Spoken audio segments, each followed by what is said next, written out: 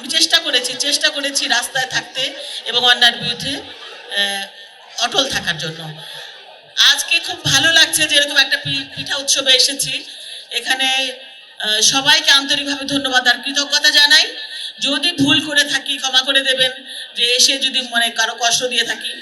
কিন্তু যেহেতু একটা সুযোগ খুঁজি আমরা, আমি কিন্তু বারবার আপনাদের কাছে আসি। আমি মনে হয় 3-4 দিন আগেও এই টুইন টাওয়ার দিয়ে আমি ঘুরে গিয়েছি, মার্কেটের নিচতলাটা এসেছিলাম, রাস্তা দিয়ে ঘুরে গিয়েছি। কারণ প্রত্যেকটা বাড়িতে বাড়িতে যে যাওয়া সম্ভব হয় না, আর অনেকে বাসায় থাকে না, তারপরেও চেষ্টা করি। কিন্তু যেহেতু আজকে সুযোগ পেয়েছি, হয়তো আপনাদের সাথে একটু পিঠা খাবো। আর আপনাদের সবার কাছে দোয়া চাই, আগামী 12 তারিখে ইনশাল্লাহ সকলে আপনারা মির্জা আব্বাসের জন্য দোয়া করবেন আর ধানের শীষে ভোট দেবেন। আপনারা সকলেই জানেন দেশনেত্রী বেগম খালেদা জিয়াকে আমরা কিন্তু সকলেই কম বেশি ভালোবাসি।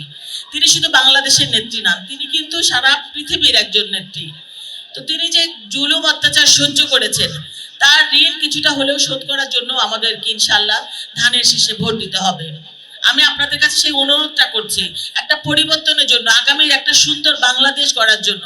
মির্জা আব্বাস আপনাদেরই এলাকার সন্তান। আপনারা যারা নতুন আসছেন, এখানে নতুন ফ্ল্যাট কিনেছেন, যারা পুরাতন তারা চেনেন, যারা নতুন আসছেন তারা এসেই নিশ্চয়ই জেনেছেন মির্জা আব্বাস কেমন মানুষ। তো তার সম্পর্কে বলার আমার কিছু নাই, আপনারা কম বেশি সকলেই জানেন। তারপরেও আমি তার স্ত্রী হিসাবে আপনাদের সকলের কাছে মির্জা আব্বাসের জন্য দোয়া চাই আর ইনশাল্লাহ ধানের শীষে ভোট চাই।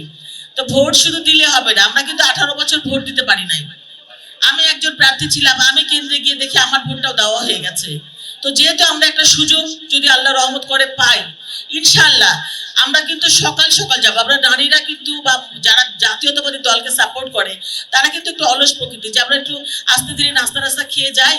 তো যখন যাব তখন দেখবো আমার ভোটটা দেওয়া হয়ে গেছে।